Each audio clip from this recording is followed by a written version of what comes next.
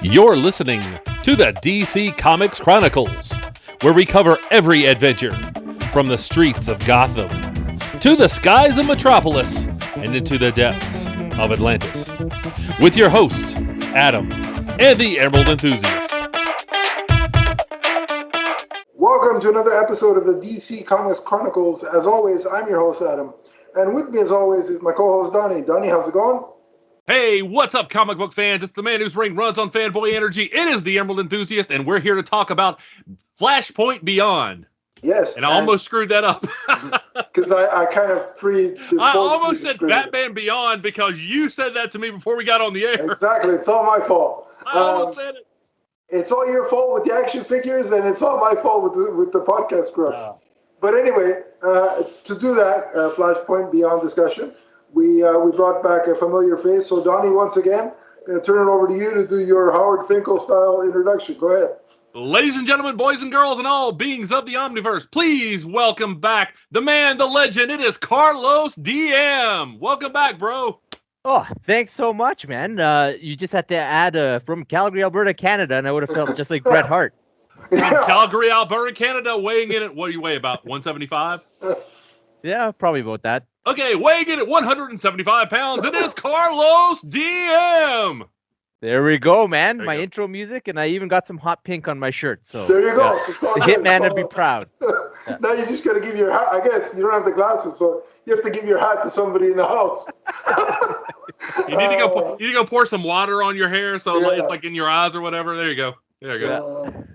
That's too funny. But the good old days of pro wrestling. But that's not what we're here to talk about today. As Donnie alluded to, Flashpoint Beyond is coming up in the second half of the show. But as we always do, when there is news to discuss regarding the DC universe, be it films, television, or comics, we do that here. And there is, and we're going back to the source material, the comic books.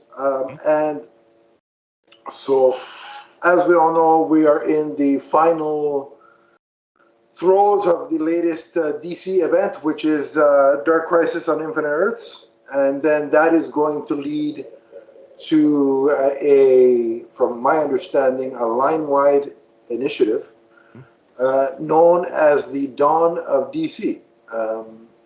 And it's almost as if DC Comics knew we were doing a podcast today. So yesterday, they dropped some details on the first wave, if you will. And so we'll talk a little bit about that. As we know, the Superman books are kind of getting... It's not an overhaul of creative team. It's more of just a refresh. So Action Comics is going to be a sort of Superman family type of book with 3 stories within it. So the main one being by Philip Kennedy Johnson, dealing with obviously Clark Kent Superman. And the next storyline is going to involve Brainiac, from my understanding, after Action 1050. So this all starts in 1051, by the way. Okay. And then there's going to be 2 more stories. Mm-hmm. One by Dan Jurgens, which is going to chronicle the intermittent time when there was the Lois and Clark 6-issue miniseries that kind of retconned or merged the New 52 Superman with the established Superman from the Byrne era. Well, they're going to fill in some gaps that we missed from that story in that portion of the 3-pronged attack that Action Comics is taking. And then in the third story, it's going to be, from my understanding, at least the first arc is going to be about Power Girl, which is, as longtime DC Comics fans know, typically is the Earth 2 iteration of Kara, Superman's cousin. She's usually just a little bit like older. Right, yeah. Larger, yeah. Well, I wasn't going to say it, but you just did, so you alluded to it, there it is. Right. It wasn't me, folks. I meant like I didn't do older, it this time. body frame wise. But I mean, there was no pen click. It wasn't me. Send your hate mail to Donnie. I saw a McFarlane Catwoman this week, a figure that's going to get released, and I was like, that somewhere there's a plastic version of Adam saying she's on the list. And there probably is. I'm not going to deny that. If there was a toy version of me, there'd be a list as well. Don't make me do it. I'll do it, Donnie. I got nothing else to do. But yeah. So that's the Action Comics. Superman is getting another title that's called Superman. It's by Joshua Williamson and Jamal, who the artist? Is it Jamal Eagle or Jamal Campbell? It might be Campbell. Well, I like both of those guys. And so that, from what I understand, I was watching an interview with Philip Kennedy Johnson, and he was talking about how that book, he didn't want to spoil anything, but he said that book is very much similar in tone to Superman the Animated Series. Oh, awesome. So if Superman the Animated Series was something you enjoyed, then I'm going to venture to guess that you're going to enjoy that book. And so I'll be picking that up as well. I love that show. Criminally underrated. Oh, absolutely. Because it's kind of, inhabits the same space of Batman the Animated Series and the Justice League series. Sometimes people don't talk about just how great that was, kind of updating Superman for a 90s audience. Oh, totally. And I'd almost argue that in one respect, it was stronger than Batman the Animated Series in that it had a linear continuity to it. Yeah, I would agree with that. In terms of the storytelling, for sure, yeah. Mm-hmm. Like, there was a constant sort of... It felt like a primetime show as opposed to... and this is not disparaging because everybody knows I love Batman the Animated Series. Rest in peace, Kevin Conroy. Yes. But it felt like a primetime show in terms of the fact that each episode had a continuation from the last, so to speak. So, so there's that. And it was Jamal Campbell, Donnie. I just checked the source. Yeah. So one of the co-creators of Joe Mullane. Yeah. So you know the art is going to be top tier on that. Yes. And then if anybody's worried about John Kent, the adult version, don't be, because there is going to be, at least as of right now, a 6-issue miniseries called John Kent Adventures of Super, or I don't know if it's John Kent Adventures of Superman or Adventures of Superman - John Kent. And I like that because they're bringing back the Adventures of Superman sort of title, which I think should be around. Call me crazy, and my wallet's going to hate me for saying this, but I miss the triangle numbering. So if they brought that stuff back, hey, I'll do it. The triangles are cool, man, because you got a book every week, right? Yeah. That kept a single story going. Yeah. So if they want to bring that back, I'm down. And that is going to be by the exact same creative team that is currently doing Superman, Son of Kal-El. So if you're a fan of that book, don't be concerned. All is well. John Kent is graduating, if you will, from the moniker of Son of Kal-El. Now he gets the prestigious Adventures of Superman, as he should.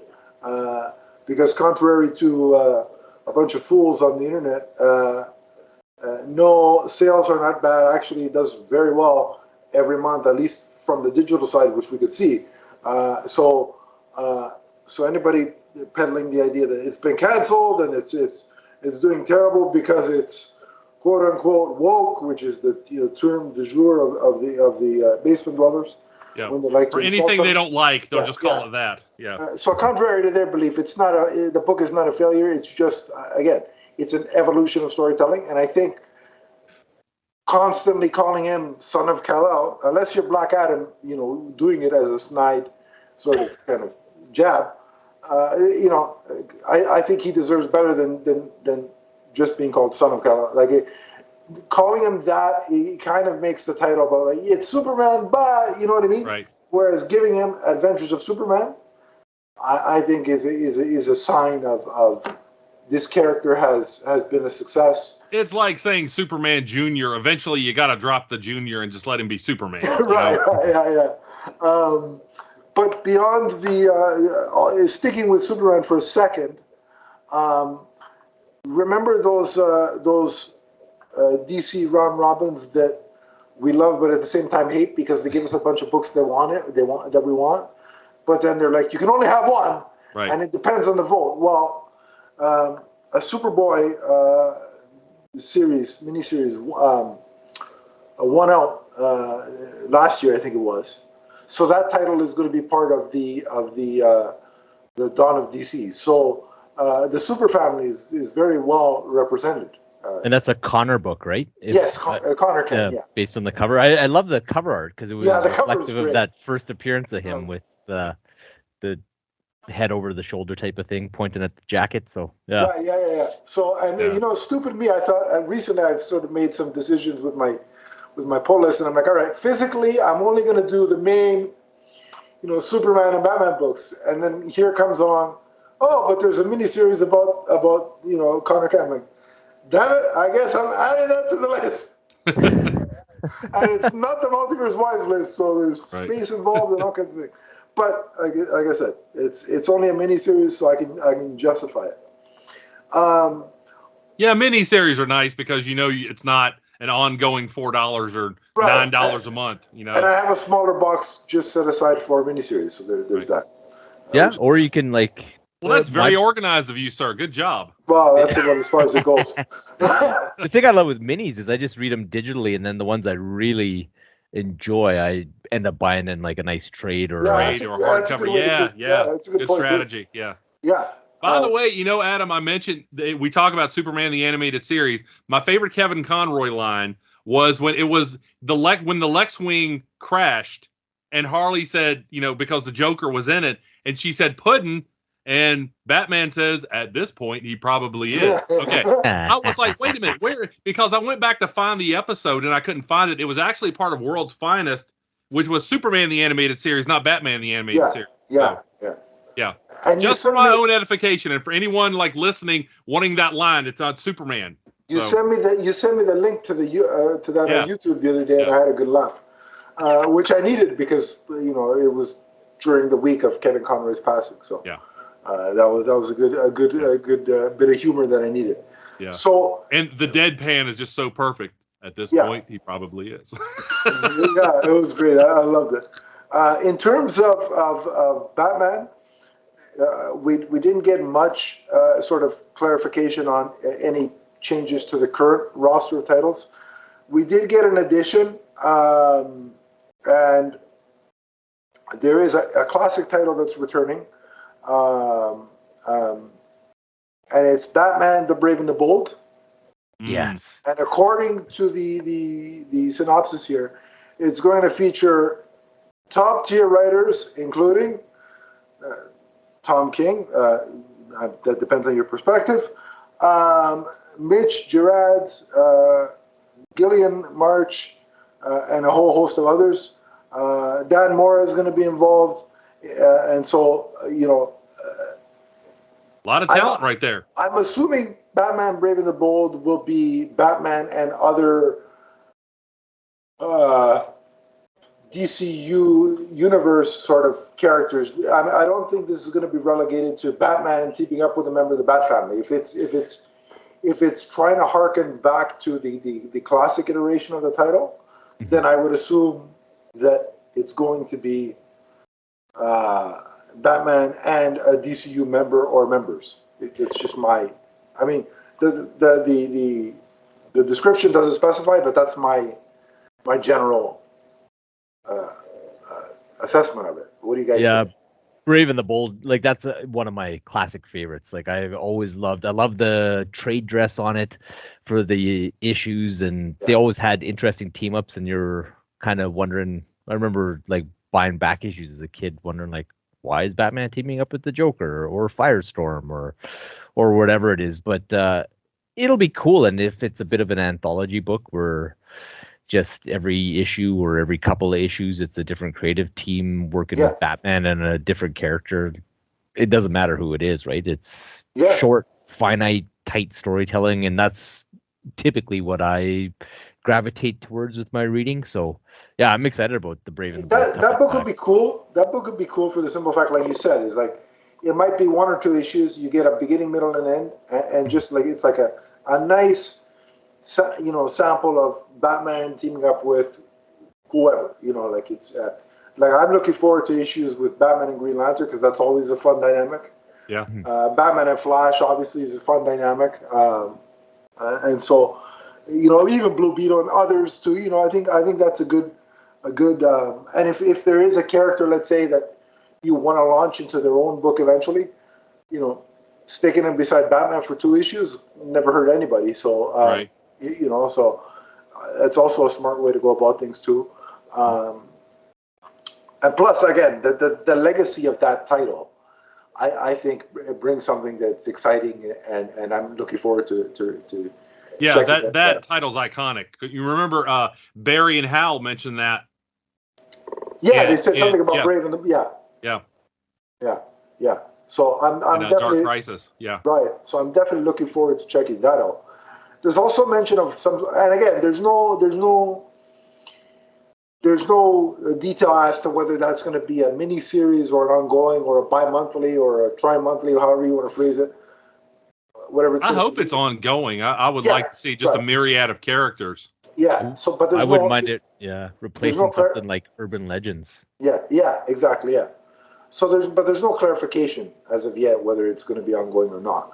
Similarly, there's mention of a Cyborg book in May, but there's no creative team attached or listed. I'm sure there's one attached, but there's not one listed. So we can't give you any more details that other than if you're a Cyborg fan, then you're going to get some sort of book. So stay tuned, I guess. And I think for me, the Cyborg needs a good palate cleanser because I'm just going to leave that there. Everybody who knows me knows what I'm talking about. And I'll leave that on a booyah and we'll move on. Wait, you don't want Ray Fisher writing it with Jeff Johns doing the backup? No, I would love, I would love Jeff Johns to write it and Ray Fisher have to read it. But that's just, I'm a bit of a masochist in that way, so have fun. But hey, listen, I'm sure he'll be first in line. He's got nothing else to do. I'll tell you what. Now, who wouldn't want to see them do a project together? I mean, it would explode again after Fisher, it was. That's who. But yeah, But listen, good on Cyborg. The character deserves some shine, and so I'm glad he's getting a book. Here's one that I'm really excited for, folks. And who knows? Maybe things will eventually work their way out someday, and the movie side of things. He's lucky I'm not James Gunn because I would have already pushed the recast button. So I mean, that whole thing really does sound like something that could be solved over a cup of coffee and a heartfelt conversation. But we've all had to suffer ugliness for 2 years. But let's burn every bridge, and word on the street is there was one guy fighting for him at the studio, and he wanted that guy fired, and he wanted an apology from that person. So I don't know. It is what it is. That's been an unfortunate reality for DC fans, is that we've had nothing but chaos behind the scenes for years now. It's so nice. Already, James Gunn has come out and basically debunked some of the BS that we're subjected to. Like he said, basically, side tangent real quick. He basically said, look, I'm appreciative of everybody's entry points into the DC universe, and I respect the past, but we are focused on moving the story forward. So anybody with that's part of the hashtag hooligans, you find something else to do with do something else with your time. Yeah. Because that right now that's not a priority. Their priority is setting a 10-year plan, and it doesn't involve doing backflips backwards to 2016. Right. So either you're in or get out. That's how I look at it. You can go hang out with all that particular segment of Hal Jordan fans who are just like, oh my gosh, Hal Jordan's finally coming back, and I'm like, yeah, we're gonna get to that in a second. He never left. Yeah, we're gonna get to that. excited for, guys, is Shazam, coming in June by Mark Waid and Dan Mora. Now, that creative team, I mean, if that was a woman, they'd be on the list because they're working on Batman, Superman, World's Finest, and I love that book. It's probably my favorite book on my pull list right now. Mm-hmm. And so them teaming on Shazam, like the vibe, just like it feels right. Just going by the tone of World's Finest, these two guys on Shazam, it feels like a match made in heaven. I was a bit worried, and I kind of voiced this to Carlos in our DM conversations, that, well, if they're doing Shazam... Have you seen that gold label Shazam McFarlane figure? Only pictures. I have yet to see it in the wild. Yeah, I haven't seen it in the wild either, but I've seen the pictures. Is that a comic, the comic version or the movie version? It is. I think it's the movie version. I'll pull it up here. Because I don't think that's out yet, is it? No, it's a comic version. It's gold label, yeah. Because I know there is he teased... is there more than one? McFarlane wants to make me go poor, that SOB. But no, and I say that respectfully. Because a couple of weeks ago, he posted a picture of the upcoming Shazam from Fury of the Gods. And it looks amazing. And I'm like, damn it, I'm going to have to buy that. Because I have no willpower. But anyway, so while Donnie looks that up, so, those two guys, I was concerned if they're doing Shazam, is that going to take them off World's Finest? Or is that going to, is there going to be a creative change? Is that book going to end? So I was concerned, but Newsarama has done some digging and they found out that those guys will be pulling double duty. World's Finest will continue while they're doing Shazam. And there's no word again whether Shazam will be an ongoing, a mini-series, or what have you. There's no specific details in regards to that.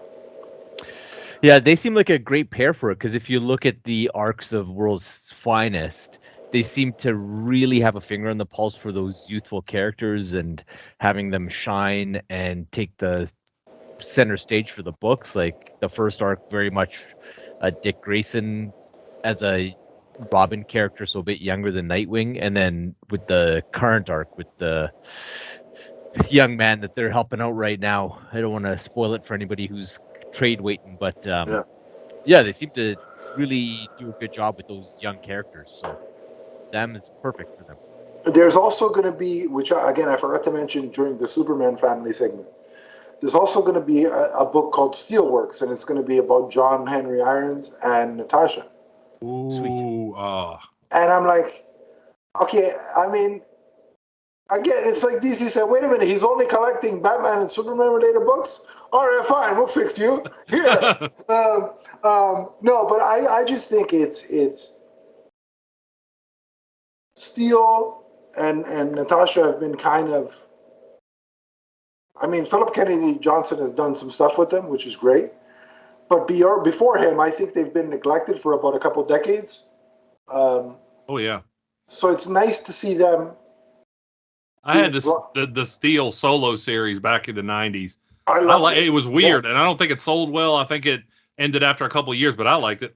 Yeah, I loved it.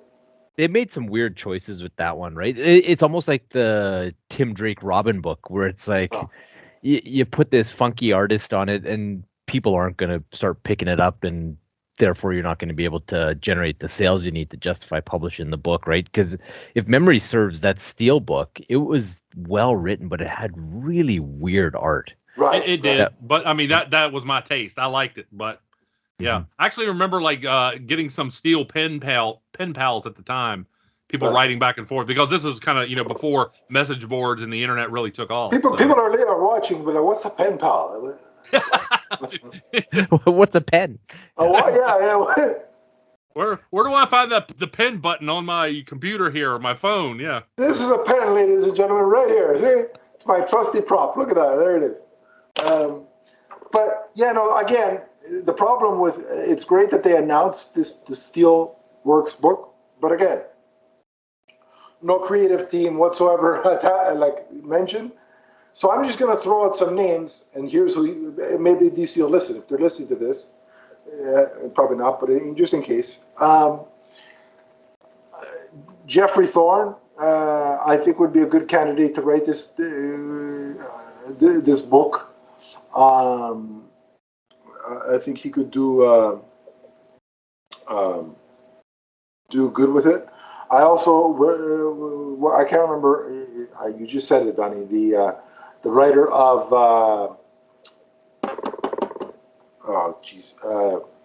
Far Sector. Oh, N.K. Jemisin. Yeah, that'd be good too. But I was talking. Well, Jamal Campbell was the artist on that. Right. I don't know if he'd be able to pull double duty, but with Superman, but there I think there's a lot. Even John Ridley from who's doing I Am Batman would be. That's what I was gonna say. I think he'd be able to do a fantastic job with it, because honestly, the falling downs of I Am Batman is just kind of the world building stuff. Yeah. But if he was to take something like Steel, where you have a bunch of established pieces and you could just focus on the character work, because that's where he really shines. Like that. Oh, the character work is Blue Wall series. I didn't realize that original comic when. I'm sorry for interrupting, sir. Go ahead. Oh no, I was just gonna say, like, he shines with character work, and that GCPD Blue Wall series has been excellent, and that's all it is, right? And there's not a lot of world building because it just focuses on like 3 rookie cops type of deal. Okay. And I think him stepping into something like Steel would be a match made in heaven. Yeah, awesome. So what I was going to say is I didn't realize that comic, the Steel solo, went 52 issues. Oh, wow. Holy smokes. I'm looking it up, and now I'm like, okay, I know I didn't read all 52, so... It went 52 issues before the new 52. Look at that. Before the new 52. Yeah. But I'm like, you know what? I need to go back and find those now. Yeah, fill in some gaps, man. Yeah. Always fun. Maybe it should be on DC Infinite. I get a chance. I'm going to go back and read those. Probably, for sure. So those are some suggestions that we're throwing out, DC. I mean, you're going to hire who you probably already hired, but there it is. And then there are 2 more books that I saved for last on purpose for Donnie. I'm shocked that these books are even in the announcement, because according to the internet, DC hates Green Lantern. So I don't know why I don't know how. Somebody make it make sense. But if DC hates Green Lantern, it's a shock to me, because they're giving us 2 Green Lantern books. 2? Yeah. So what we have here is Green Lantern, Hal Jordan, and Green Lantern, John Stewart. Both very aptly named. So it starts with Green Lantern, Hal Jordan by Mariko Tamaki, and an artist yet to be announced, of course. That'll start in April. And then they said Hal Jordan returns to Earth and to his blockbuster superhero action storytelling roots.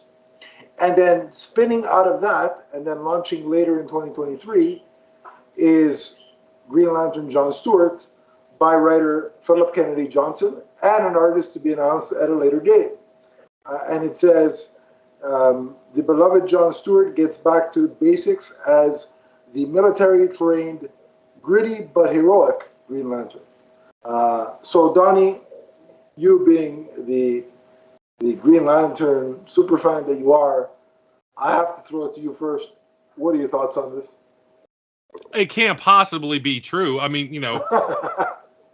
with everything we've heard that, DC is going to kill Hal Jordan and they hate Hal Jordan, how can they possibly be publishing a Hal Jordan book? No, you and I have said forever that there's definitely more than enough room for a multiple Green Lantern titles. Okay, so now we're going to get Hal Jordan in a different role than John Stewart. We can have plenty of Lanterns showing up in these books, possibly an anthology book as well. I don't necessarily think that this is the end for the announcements for Green Lantern in 2023. We'll get more books featuring different Lanterns. But I think it's great. Green Lantern, and I'm going to say this until I am blue in the face, Green Lantern means different things to different people. And there's no wrong answer. Whoever you like as a Green Lantern, that's the right answer. And if you like all of them like I do, except for Nort, then that's the right answer too. So, I'm ecstatic. I think both Green Lanterns, both of those Green Lanterns have their strong points and their merits, and they can lead to different types of storytelling. So why not exploit those? And especially if in the future, at some point, you're potentially going to have two projects in the live action space that feature both of these characters, then it would make sense to highlight them. A little bit of corporate synergy never hurt anybody. Provided that it's not, here's the exact translation of what you just saw on TV in the movie in a comic. Like, make it a little different. But the idea would be that you can go to a comic store, read a book about your favorite version of Green Lantern, and then either go to your TV screen or your movie screen and see that character portrayed is a good thing. So why not have a little bit of corporate synergy there? But yeah, Carlos, what's your take on the two Green Lantern books? I think it's cool. I'm excited to see a Hal Jordan book based back on Earth. Like, Donnie, correct me if I'm wrong, but it's been a minute since we've had Hal having the majority of adventures on the planet Earth. And I'm assuming if they do that with Hal, then that means John's going to be the mainstay in Sector 2814. So that's pretty cool too. And I think it's just smart to boil it down and go back to your two OG Lanterns.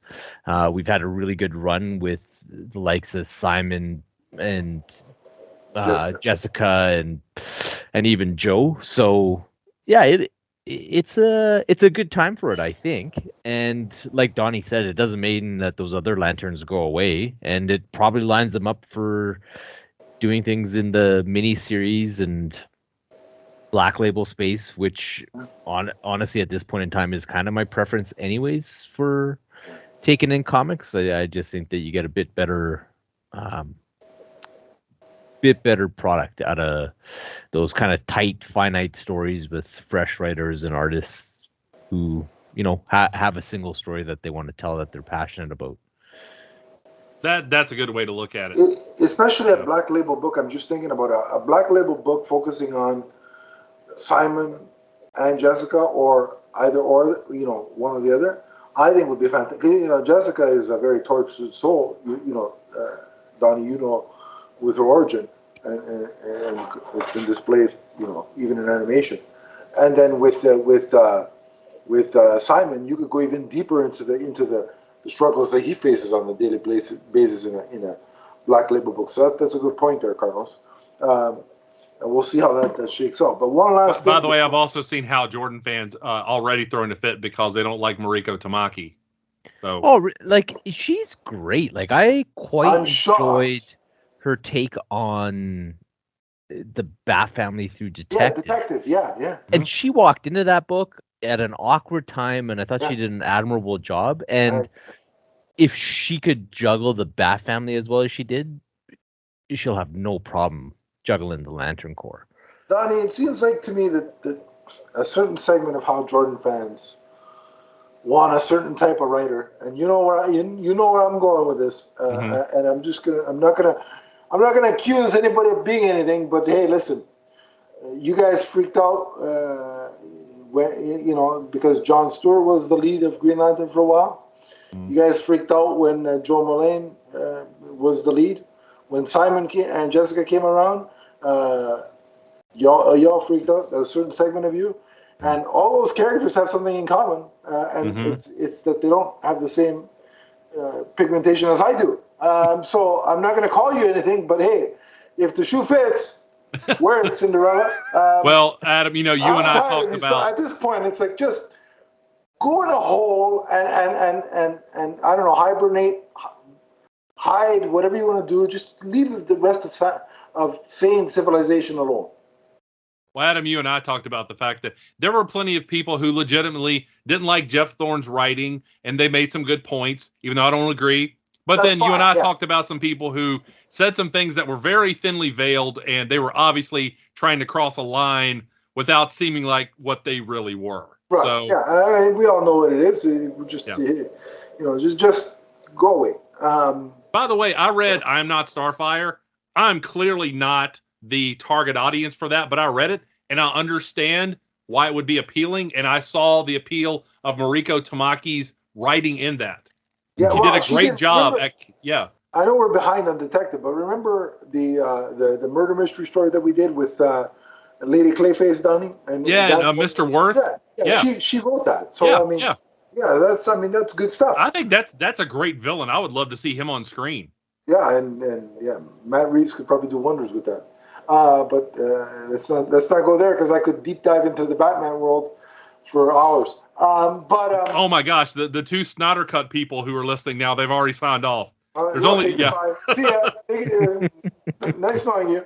Please don't come back. I don't care if we have 2 listeners and they're not Snyderholics. I'll take it. Whatever. I don't care. The last bit of news before I went off on that mini tangent is that good old Oliver Queen, Green Arrow, is back in his own book, and it's going to be written by Joshua Williamson, and that's all we know because the artist is as of yet to be named later. He seems like a very popular. He or she seems like a very popular artist. He's all over that press release. But no, I'm just on the Green Arrow front. I'm ecstatic that he's back in a book. I love that character, and so he's been again. He hasn't been in the solo spotlight for a while, but he's been all over the DC universe. Like he's been in so many other books. But it'll be nice to have him in his own book again. What are your thoughts, Carlos? What's your take on Green Arrow?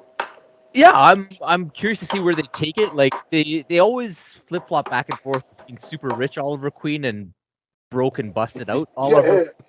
So I'll be curious to see which version they decide to go with for their book.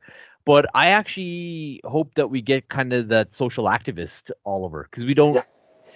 All the characters in the DC universe have a pretty strong piece of that, but we don't have one single character who's kind of like that's our mainstay social justice advocate type of character.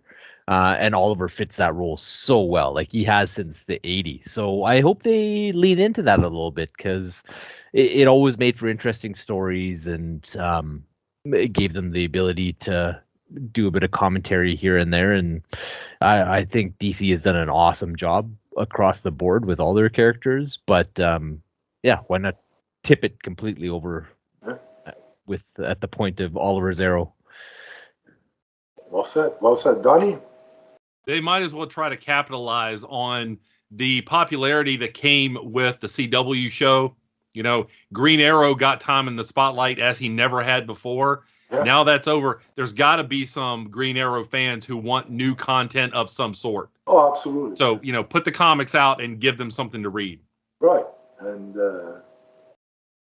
like I said, every time I've picked up a run of Green Arrow, for the most part, I enjoyed it. The New 52 had its, it was a little shaky. It was on and off, but yeah. There were some good things. Here's my only request and I don't talk, I don't like the barrage creators. I don't like to tweet them and hashtag them and all that jazz. The one request I have of Joshua Williamson is please do not put Felicity Smoke in this book. I had my fill of her, even though Emily Bell Ricards is most definitely on the list. I don't want to see the character in the books. Leave it alone. Let that. It was its own thing. It had its time. As disgruntled as I may be about it, let it be. It's over there. If people want to watch whatever the hell the ship name was, they have 7 seasons of it or 8 seasons of Arrow to watch. Go nuts. But I want him to do it just because I want to see Adam blow a gasket. So. You know what, Donnie? You're fired. No, I'm kidding. What kind of severance pay do I get? Well, the same you get right now, which is a whole lot of. But no, so I'm excited. Green Arrow's back. A lot of good announcements here. This is apparently, to use an MCU term, which is I don't know if it's correct, but this is only phase 1 of the plan. So of the rollout, and I like that. That's the last thing we'll talk about this is that the rollout seems to be spaced out. I think you alluded to this, Carlos, on Twitter. It's more spaced out as opposed to let's dump 52 new books into the marketplace and hope they all succeed. Yeah, it's spaced out. It's not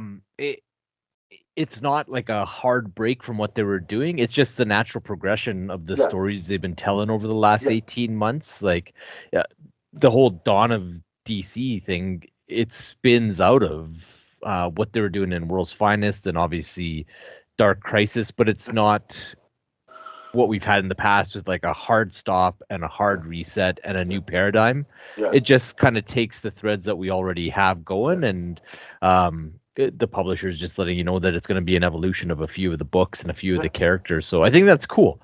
I think that's cool. And that they're putting a bit of a demarcation in for new readers to be able to jump on. And like our co-host Troy, like he was complaining because he's got so many new books to buy because he's so excited about all the stuff that's coming down the pipe. So that's cool. And that's why I made my delineation. I'm like, all right, Batman and Superman books, probably 6 or 7 at most, are physical. Everything else is digital. So I'm still buying it. It's just, hey, space. I don't live in Wayne Manor, and I don't have Bruce Wayne's monetary acumen. Resources, so right? I have to make hard choices, and those are the choices. If I could, believe me, everything would be physical, but it's just impossible. If I could, speaking of Bruce, swim in books, I would. But before we transition away, what do you guys think of the rumors that Bruce is going to get phased out a bit with this? The whole Lazarus, the whole as in killed off, or because people think he's going to die or what have you. I don't know if he gets killed off, but they're alluding to him having some kind of catastrophic event or ailment with the whole Lazarus Planet thing happening, and that he's quote unquote living on borrowed time, and there's something happening to him. Well, here's my issue. Here's my issue with that idea. It's cool. Like they've done this with Batman. We're doing something really like serious. We're seriously harming him, and he's going to be off the table. And then there's the whole who's going to rise up and become Batman, right? That's all well and good, but here's my issue. I got no problem with taking Bruce Wayne off the table, right? Like, I love him. I got lots of stories with him. He's one of my top 2 characters. But if you're going to do that, like, my problem is they've never had, to use a wrestling term, the testicular fortitude to stick with it. We had Dick Grayson, pun not intended. I didn't mean to use those 2 terms so close together, but we had Dick Grayson as Batman, right? When we take our break, I have to tell you something. I can't do it on air, though. Okay, all right. But so we had Dick Grayson. We had, now we had Jace Fox. But no, they're never willing to stick with it for any legitimate length of time. So it's like, it's going to be a couple of months at most. You know what I mean? So the idea in and of itself is fine. It's just, is it ever going to stick? That's my... I would expect it to stick for any long period of time. I mean, I don't think, even the most ardent fans of other versions of Batman want Bruce Wayne to go away forever. Oh, I'm sure there's some. Well, probably some. So, Carlos, what do you think? You think it's going to last? You think it's... No, but I think he'll become more of the man in the chair for the rest of the Bat family. I think you're frozen, by the way. Yeah. No, I see that. We'll see. Yeah, he is. I'll try and fix it on. It's a great thumbnail, but yeah. Maybe we can fix that during the break. Yeah, we'll break and call back, and yeah.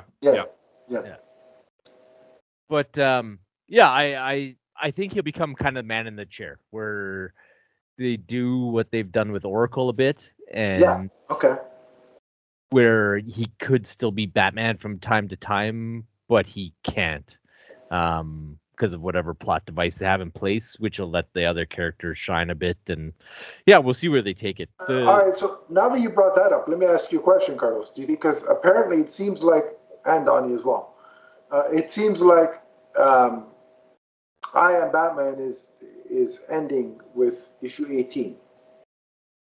Okay. I got to get issue 15. It's in my pull list at the comic book store. Yeah, you're gonna like that. I read it. It's fantastic.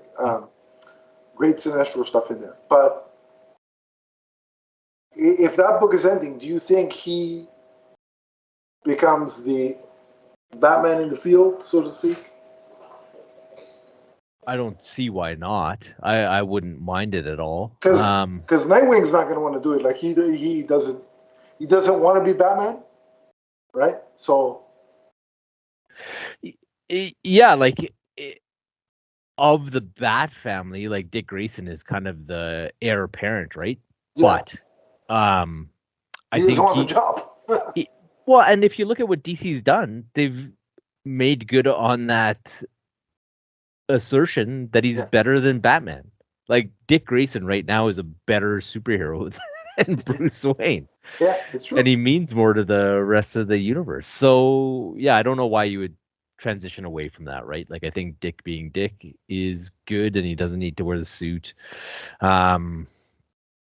Yeah, and instead of transitioning like a Tim Drake into the costume, why not Jace? I think he's in an interesting. I do think you need to deal with the whole Fox family nonsense and dispense with that first, in a bit of a meaningful manner and put a cap on it. Like it's too unruly, too messy with the fits and starts through Future State and then Second Son and all those other series. Like they need to just kind of figure out where they're going with it and establish what that dynamic's going to look like. But I think if you do that, and you can just have Jace there, I kind of dug some of the stuff they did with him in Urban Legend, where the entire Bat family were all equals, and you had a Batman character that was a bit of the second fiddle to Dick Grayson being the head of the family. Yeah, so I think that's cool, Yeah, and I the head of the table. Right. Yeah, and I think people would accept it a bit if Bruce is still there, but in that Alfred type of role, right? So because it's weird because when I look at the solicitation for I Am Batman number 15, in the description it says the final. It doesn't say final. It says final story or some. It does, but usually when when a book is ending, where they have the price and on the page count, it usually says final issue. It doesn't say that with I Am Batman. So I think it's 18 might be the last one. Right, sorry, 18. Yeah, but okay. But the solicitation doesn't say final issue, like at the where it says the price, the page count. Usually, when a series is ending completely, it says final issue in big capital letters. It doesn't say that here, so I wonder if it's something that is transitioning. I'll be perfectly honest with you. I think they probably just left that out because everybody loves to lay attributions on the publisher. I see. Do you know what I mean? Yeah. They'll be like, they canceled it for this devious reason. They're racist. Reason. The fans that'll scream, the publisher's racist, you have them screaming because a certain somebody is writing Green Lantern. So yeah, so that's why I don't think they put that in there, right? Okay, fair enough. They want to give that fodder to small-minded people. Fair enough. Yeah, maybe. Yeah. But I don't think it's the end for Jason, the DC Universe, regardless of the I Am Batman 18. No. Whatever happens there. But yeah, that's all we have in terms of the big comics news. So we will take our break and then come back with more comics, but specifically discuss Flashpoint Beyond. Don't go anywhere. What's up, everyone? It's the Emerald Enthusiast. For all of your multiverse viewing and listening needs, check out our shows, which include Teenage Mutant Ninja Turtles, Ghostbusters, Power Rangers, the Marvel Universe, and the DC Universe, including the Emerald Echo podcast. You can check us out on Podbean, and remember to subscribe right here on YouTube. That's the Multiverse Musings Podcast Network. From the first podcast to the last. And we're back. Indeed we are. And as promised, we are going to review Flashpoint Beyond from a whole host of creatives. So, Donnie, as I always do, I let you handle the naming of the creative team. So go for it. We have a number of creators here. Excuse me. Jeff Johns, Jeremy Adams, Tim Sheridan, Eduardo Risso, who did issue number 0, Zermanico, and is it Michael Janin? Yes. And also Rob Lay and some colorists here, Jordi Belair, Romulo Ferrado Jr. Sorry if I'm butchering your name. That's why I made you do it right there. That's the one. And Trish Mulvihill. I think that's how you say her name. So sounds about yeah. And so, just before we get into it, am I the only one that's alone in the sentiment that I never thought we'd see a sequel to the original Flashpoint? No, not at all. Yeah, I thought that it was done, and especially after Tom King's run on Batman with Thomas Wayne. Yeah. Like, it was surprising enough to see him come back in that. Yeah. But then, yeah, like, I thought that at best he would be something that just existed in the Justice League Incarnate type of thing. But yeah, and so when we heard about it, I'm like, I mean, look, the creative team involved, from the writing perspective, I was like, all right, I'm on board. These 3 guys know what they're doing. Mm-hmm. But my initial thought was, what the hell are you going to do with this story? Like, where are you going to go with it, right? It's like, you're already using Thomas Wayne everywhere, which I have 0 problem with. He's kind of like Ben Affleck's, the closest to Ben Affleck's Batman we've gotten in comics, funnily enough, but I digress. So I'm like, I'm down.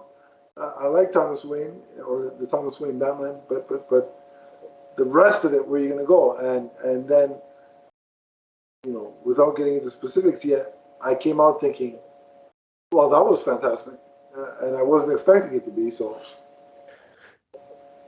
Yeah, agreed. I did not expect this book to be nearly as good as it was, but yeah, I took a flyer on it, and I was in from issue 1. Like, it was totally captivating from beginning to its conclusion. And I got to say, like, I loved it the first time through, but doing the reread in preparation for this show, it hit infinitely harder. Right. Because you have the benefit of Dark Crisis being well on its way to give you a bit of color, and you get to kind of see the things that influenced Flashpoint Beyond as well. Right. Donnie, what are some of your thoughts? Oh, I liked it, the first time around. I just loved how kind of, dire and sad, Thomas Wayne was, being the one who survived, or at least survived completely intact. And so for them to go back to him, to go back to that kind of broken world that's, at war, I was like, where are they going to go with this? How are they going to make it interesting? But they did. Right. So, Donnie, give us, as you usually do, give us our starting point. Where do you want to? What's the first thing you want to tackle? What's the first thing you want to discuss? Well, we should talk a little bit about the prologue here. So, Batman enlists the help of Mime and Marionette to sneak into the headquarters of the Time Masters, or Time Masters headquarters, to steal a snow globe that houses the Flashpoint storyline. That's the one where the Atlanteans and the Amazons are at war. Okay, that's what we saw in Flashpoint, and he does this to prevent his father from being erased from existence. Again, we're talking about the Bruce Wayne version here. That's what we see. And this causes Thomas Wayne to wake up, realizing that his aberrant timeline is not erased. And so obviously that creates a lot of problems. So what do you guys think? Your initial impressions? Yeah, I thought it was an interesting take. And the biggest challenge, or the thing I had to wrap my head around the most, was Bruce undertaking that in the wake of what happened in the Tom King run, right? Because Thomas Wayne came into the Prime continuity and caused all sorts of havoc and upheaval and loss for Bruce. So I thought it was a bit of an interesting starting point. And then I don't know if you guys read Justice League Incarnate at all. Yeah, I But, was following. Yeah, they did some interesting things with that version of Thomas Wayne and his stead. So I don't know if we have two Thomas Waynes now in play, where you have that. Well, no, because the one in Flashpoint Well, Beyond. don't tell Zaslav that he could get confused. Yeah, Like, what? that Thomas actually had the memories of the incarnate Thomas. So, Well, and there were some things in this that some pieces that seem to be moved around too. I think they're one and the same. It's the same Thomas. He's just gone through some. Yeah, and then he wakes up in his own world, like Yeah. you said, and he's wondering what the heck is going on. But yeah, man, I much like you, I didn't know where they were going to take the story and if there was even a story to be told or why. And I ended up just adoring this thing from beginning to end. I think for me, one of the things that I found very interesting, one of the things that I was confused about was like, at this point we didn't know, but I'm like, okay, wait a minute, how'd they get it? How the whole world get into a snow globe? Right. Like I can suspend. Tesseract space, man. Tesseract space. Yeah. Donnie will know what that is. Right, exactly. Yeah, it's a crossover with the Santa Claus on Disney Plus. That's that. Remember he had the House of Snow. No, but I'm like, I can wrap my brain around Brainiac shoving a Candor into a bottle. Like I'll go. It's sci-fi. My explanation is the sci-fi shit. All right, I'll go with it. That's my headcanon for it. But with this, it's like, wait a minute, how snow globe? What's the first thing? I'm like, all right, where's Jack Frost and Santa? We're going full Christmas universe here. Dawn of the Christmas universe. Or Dawn of the Santaverse. I don't know what you want to call it, but I'm like, all right. So what I liked about it, and I thought it was a nice parallel, was Thomas Wayne waking up in this world and being, he's like, why? He's pissed off about being back there. He's like, what the hell? It was kind of like a parallel to the first Flashpoint, when Barry Allen wakes up in the Flashpoint timeline. Except Barry Allen wasn't pissed off because he had his mother back.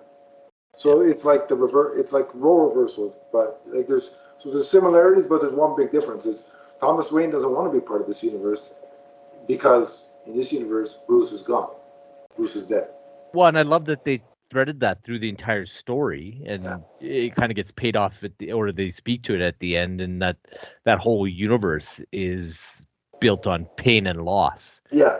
And so it's a depressing. Should it exist? Yeah. It's a depressing place to be, but I also enjoyed it. Funnily enough, like it's like I don't mind revisiting that world, even though it is so friggin' dark and depressing.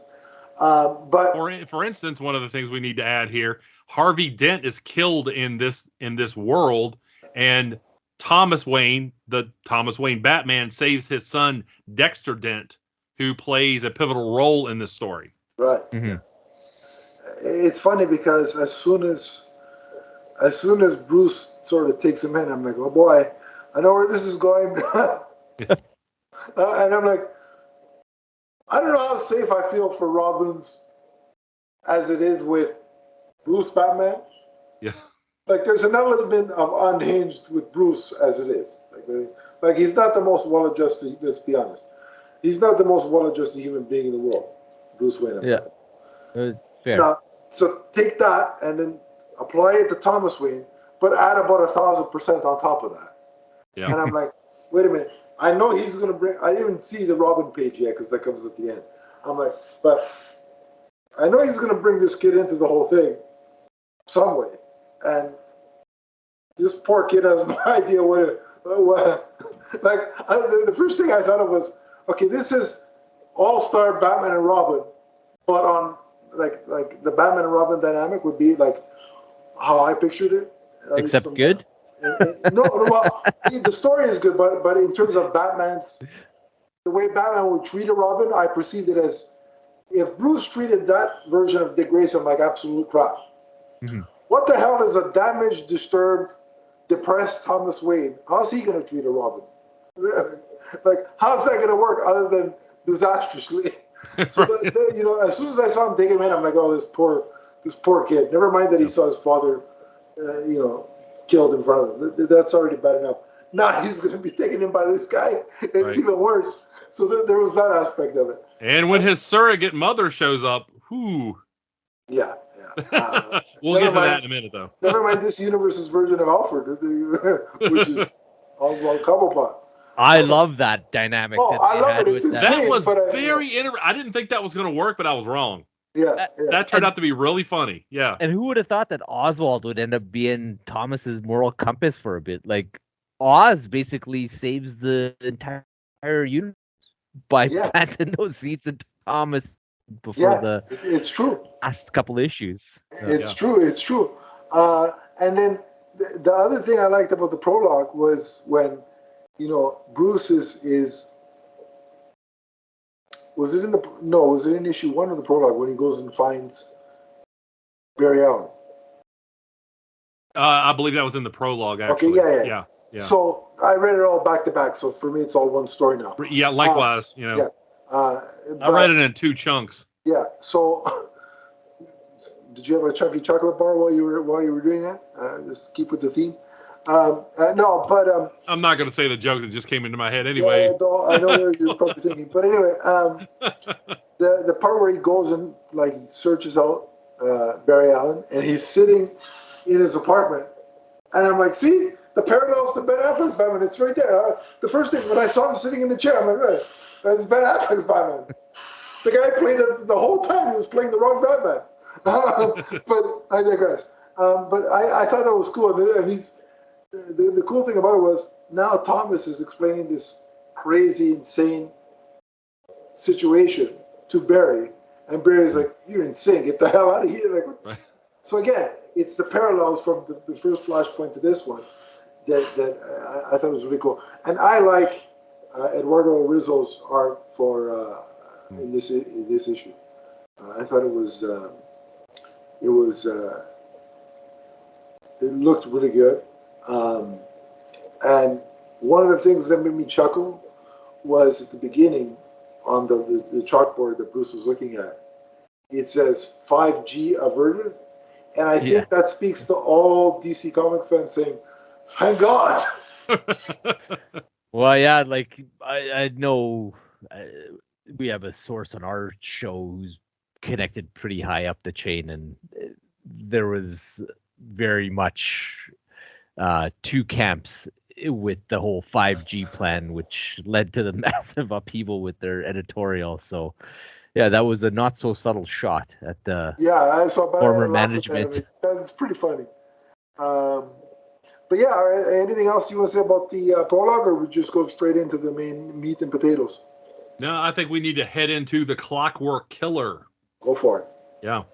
So we see that there's a news report that says that the Battle of Britain was lost and that the heroes of the world did not stop the war between the Atlanteans and the Amazons.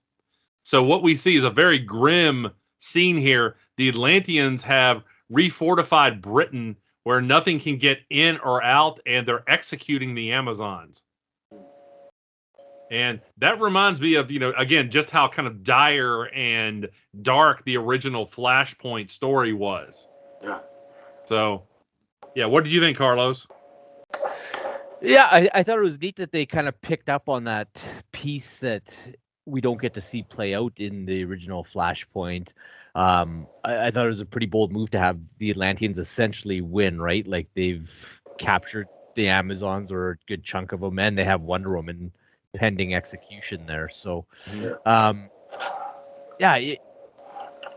it was dark and unsettling for sure, but it made for interesting storytelling. And then that scene where Thomas Wayne comes in, like, you're wondering how Thomas Wayne is going to even influence this whole thing, right? Like, you have what's he going to do against these this brutal and all-powerful Aquaman on one side of the ledger, and then you have Wonder Woman on the other, and the way he ends up liberating her and whatnot. I love those panels and how that all played out, and the little nod to Topo as well. I thought was kind of funny. So I love when he came up, like the shot of when he's like, you see his shadow in the water. Mm-hmm. And he just Yeah, the Atlanteans were like, what is that? And guns are blazing. Yeah. And then I love his banter with Wonder Woman. Yeah. And it's just like, basically, first he starts out basically intimating that he's going to take the lasso. And basically, she alludes to like, yeah, right, I'd like to see you try, right? Mm-hmm. And it's like, I'm here to borrow it, right? Like, Tony, like, and she's like, you know, and they make this deal, and it just underscores, like, she's like, you know, fine, but if you let me lose, I'm coming for everybody. Like, nobody's going to survive. He's like, I don't care what happens this time. Right. Like, Yeah. I destroy it all, kill it all. I don't care. Like, do what you will. And then the way he uses that lasso, I'm like, yeah, well, that's a typical Batman move. Like, he's Yeah. And interesting part of this story too, we talk about, you know, the dynamic with Oswald. Dexter wants to learn how to shoot a gun. Yeah. And obviously, you know, Thomas, again, he has no problem with this. This is obviously not Bruce. Yeah. And so there's this kid in Oswald is teaching him inside of Wayne Manor, and he's just shooting the house up. Yeah. The whole nonchalance of Thomas be like, he wants to learn how to shoot a gun. Yeah, let him. I don't care. Yeah. Well, both of them. And then Oz just kind of goes with whatever this kid says. Oz doesn't know what the hell to do. He's like, he's sort of, parenting is not one of his specialties, right? He even said, what do I do with it? What do I do with it? Yeah, I really liked over the course of the story how they built that relationship between Oswald and Dexter. Yeah. Yeah, that was good. Yeah, it was really good. But those bits were definitely highlights. It just as brutal and unassuming as Thomas is. Like, he doesn't care. Like, you do still see elements of, could I see Bruce doing the same thing in that situation? Probably. Like playing Wonder Woman and Aquaman, like I could see it. I mean, it's like you said. I mean, he's vastly overpowered against both. Yeah. So, you know, what else does he have other than try to manipulate one side against the other? Yeah. And then even the what I like about this the book as it continues is it never loses. Like, there's a lot of action, there's a lot of fighting, there's a lot of warfare, but it never loses the detective aspect of, we're tracking Thomas, I almost said Bruce, try to figure out who this killer is, right? Yes. That was just as fun as watching the ass kicking take place. In fact, that's how the issue kind of ends. Oswald tells Thomas that someone disabled the security cameras, which means that they were prevented from finding out who was responsible for the murder. And back on Prime Earth, Flash visits Batman in the Batcave, stating that Thawne is back, and he's masking his appearance after trying to tap into the Speed Force, as it's mentioned that someone is now tampering with time. And it's funny, what I took away from that exchange, I mean, it's a little different, but Bruce was so singularly focused on saving his father that whatever Barry was saying is like, yeah, good luck with that, whatever, and then on the other side, you have Thomas like, I don't give a shit what happens to this world, I just want to save my son. So they're both trying to accomplish a similar thing, but their methods are like, Bruce is still not killing people. Like, he's just like, don't get in my way, leave me alone, do your thing, whatever, let me do this. Thomas is like, I don't get, kill each other, I don't give a shit. This isn't gonna last anyway. Well, and this ending of this issue and introducing Barry and Thawne in Prime Earth did a really good job of throwing you off the scent as to who the killer actually was. Yeah. In the Flashpoint Earth. Because you're thinking it's Thawne. You're like, all right, if he's back, it's got to be him again. Yeah, or if it's not him, it certainly really, really gets you thinking about somebody other than who it actually was. Like, is it a watch? My first thought was, if it's not Thawne, it's got to be a Watchmen character, because the first one, in part, had the Dr. Manhattan book at the end, right? Where he was, Yeah. Well, and with Mime and Marionette right at the beginning of it as well. Yeah. So you're like, okay, if it's not Thawne, it's a Watchmen character, but no, not at all. So where you want to go next, Donnie? We move on to Glinda the Good Witch. And this issue opens up with Thomas Wayne talking about 3 murders that occurred while he was in Britain. And the media is using the handle the Clockwork Killer. And so it's the point that you spoke to, Adam, that it never kind of loses the thread of this being, a murder mystery. Right.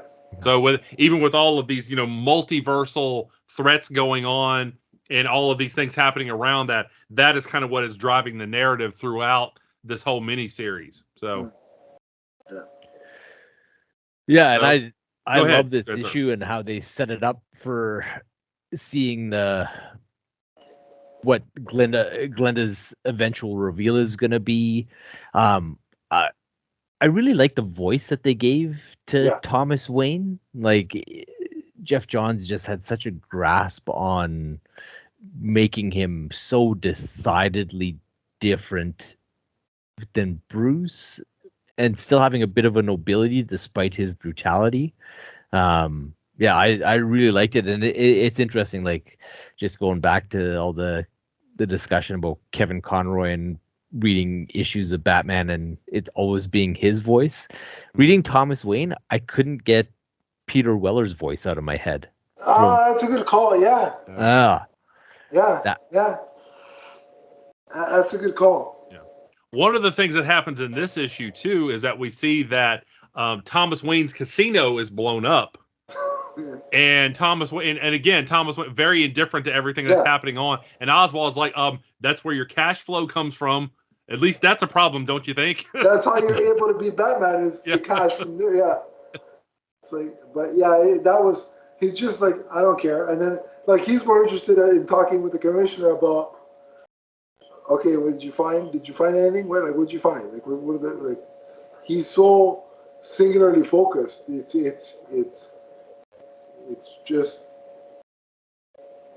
but he's so, the thing that gets me on, because there are moments where you're like, okay, that's similar to Bruce, and you kind of get lulled into the familiar, but then it's like, but people died in that casino. I don't give it. Like, it's like, I go back to this is like the I don't give a shit Batman. It's like, I don't care. Like, up until the end, his whole basically, if you wanted a tagline for this Bruce, this Batman, I just don't care. I just want to save my son. Everybody else can go, you know what, themselves. Like, I don't care. And refresh my memory, did Sophia Falcone act as the commissioner in the original Flashpoint book? Or was this something new for this series? I don't remember her being a part of the original Good question, Flashpoint. Yeah, I don't think so either. So that was a nice touch, actually, to integrate her and give her an unexpected role. Yeah. So another thing that we see in this is that Psycho Pirate makes mention of, Psycho Pirate is in Arkham, he makes mention of jumping into hyper time to escape the Dark Crisis. Right. So this connects back to that other, event that's going on with DC. And even then I was like, okay, how are they going to connect these two things? Like, they seem so far away from each other. It's like, how are they going to... Even just time-wise. Go ahead, Carlos, and then I'll something I want to talk about here to like explain something to everyone who's listening who may not be familiar exactly with everything that's going on. Go ahead. Oh no, I was just gonna say, like, just even with like the gap in the publication dates. Yeah. Like, Dark Crisis isn't even done yet, but yet they had threads planted in this. Right. Yeah. So there is something at play here. And this is on one of the boards that Thomas looks on. I believe it was Thomas. And it's called the Divine Continuum, which branches off into 2 branches. That's space and the omniverse, and time, which is hypertime. Now, the omniverse branches off into the multiverse and the dark multiverse. And then the multiverse branches off into the metaverse. It also branches off into something called the Sphere of the Gods. Is that something either one of you guys are familiar with? I wasn't familiar with that. I think what Sphere of the Gods is the meta commentary that's the writers, the artists, the publishers, the fans kind of thing. That's everybody on this side of the page. Okay. All right. And then Hypertime breaks off into both Limbo and Vanishing Point. And of course, we've talked about Vanishing Point on this podcast a lot. Yeah. But this idea of the divine continuum, it now seems like there's something even better, not better, but bigger at play than the Omniverse or the multiverse. Those two things kind of break off from the divine continuum. So all I know is when I was reading all this and they're talking about all this, I'm like, and I thought my Multiverse of Wives list was hard to keep track of. This is shit. I'm like, I'm out of it, out of the loop here. But one of the interesting things is, Psycho Pirate's got on the wall of his cell Bruce is Batman, right? Yeah. And it's like, no, of course people think you're nuts. Bruce is a 10-year-old corpse in the ground. Nobody's going to take you seriously, except Thomas Wayne and whoever, and the Ultimate Killer, who will reveal in a bit. Because Thomas knows, the truth of what is supposed to exist. Yeah. One, because the Psycho Pirate, he's the one character that's supposed to know everything, much like, I guess, Pariah as well, where despite the different crises and changes in time with events like 0 Hour and stuff, he's supposed to be the one character that remembers everything, right? So I think the crux of that whole thing with the Divine Continuum is that talk show that they had Mr. Terrific on and the gal from the Time Masters, where Mr. Terrific lays it out very linearly as to what we know about the multiverses and the omniverses and how they work. But she talks about Hypertime being emotionally driven. And I think the commentary on that is that we have this linear structured story on the one side, and I think this is where Sphere of the Gods comes in, where we have this structured story on one side and everybody wants a continuity that's quantifiable and explainable. Mm-hmm. However, you can't have that because with Hypertime, people's emotions have started to influence that, and Superman's the easiest, where you have that Silver Age Superman that people loved and adored, but then when it wasn't working for a new audience and they transitioned to John Byrne's modern Superman with Man of Steel,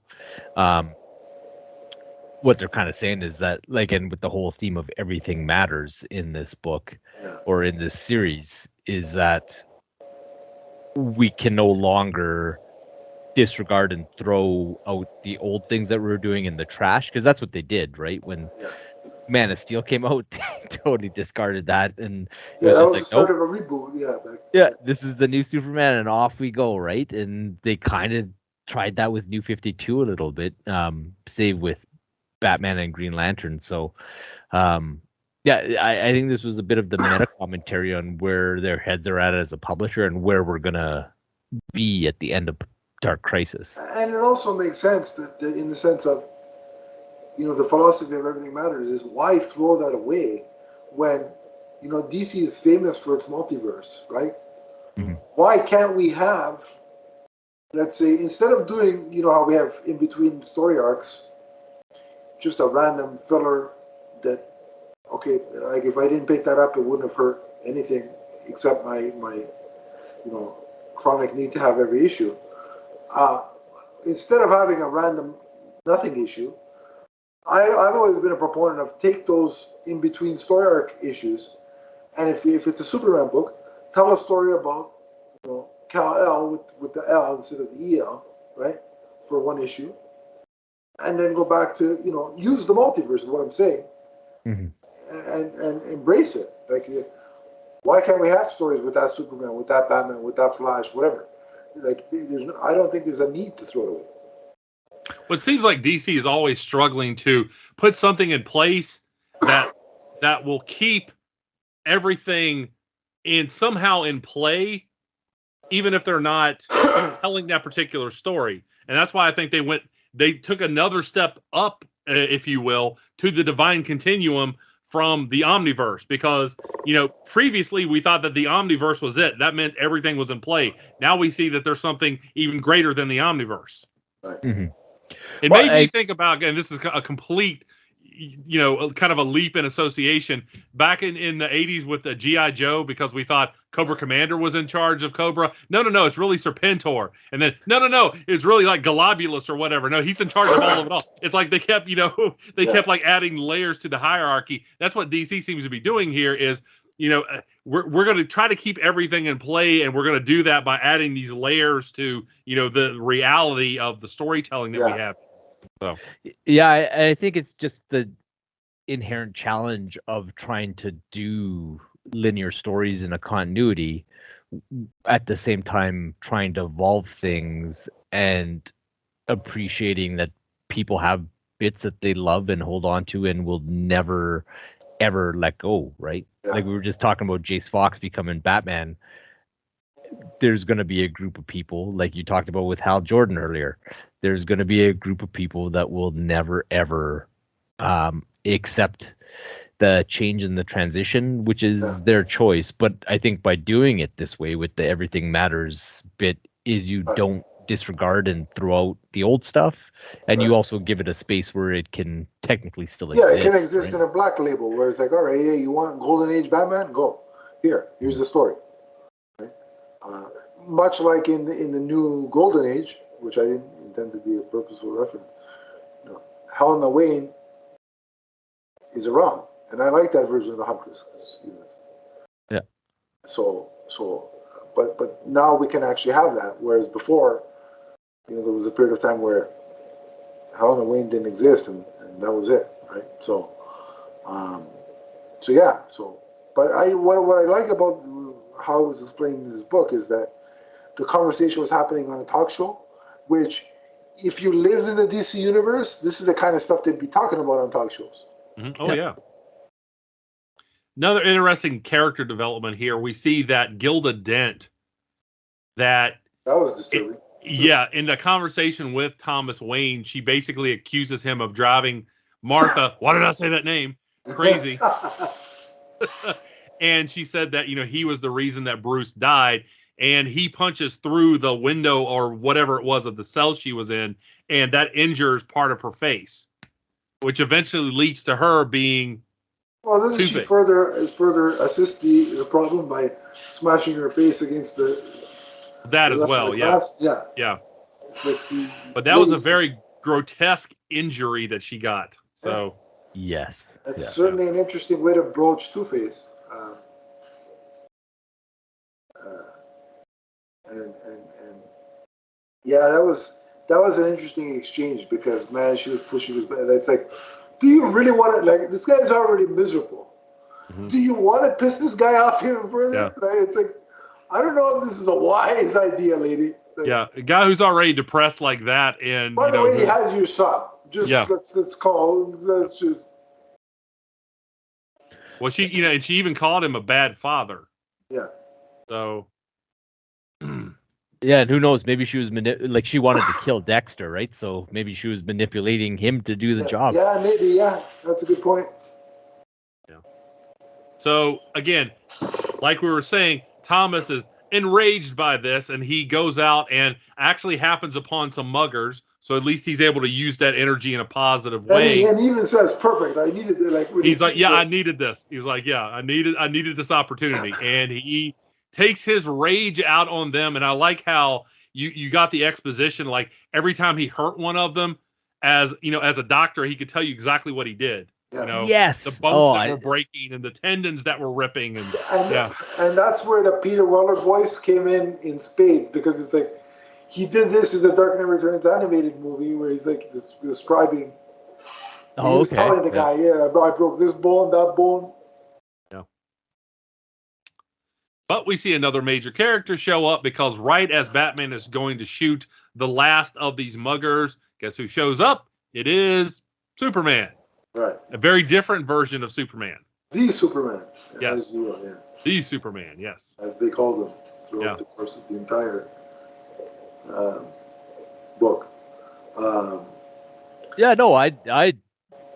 I really liked how they handle Superman in this book, and that we get to see the kind of nature versus nurture thing, because this Superman didn't have the benefit of Jonathan and Martha Kent, but at the same time he was still a good person, and he was still still noble, and Right. he still had his values and whatnot in place. So I thought that was kind of an interesting way of handling the character, because this Superman would be really easy to make him evil and malevolent, and being in Flashpoint even more so. But yeah, that was cool that he saved Captain Boomerang there, and did what he needed to do to try and convince Thomas Wayne to join his fight. Couple of interesting points there, though, is that, like, again, A, Thomas doesn't care. B, he doesn't even care about his own well-being, because he's punching Superman knowing full well that I could break my hand here. Yeah. But again, I don't care. As long as I save Bruce, and I no longer exist, whether my hand is broken or not. Yeah. He thinks he needs to be erased along with this, version of reality.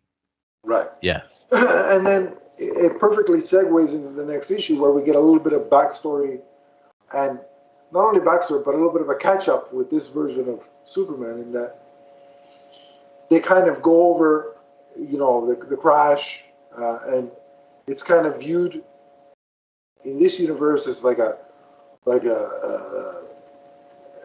the forebearing of a larger attack, right? That's how they describe it on the news. But we see him fly over Smallville, and we get a cameo by Jonathan and Martha, where she still wishes to have a child, and Jonathan's like, you have to accept what the doctors have said. It's not going to happen for us.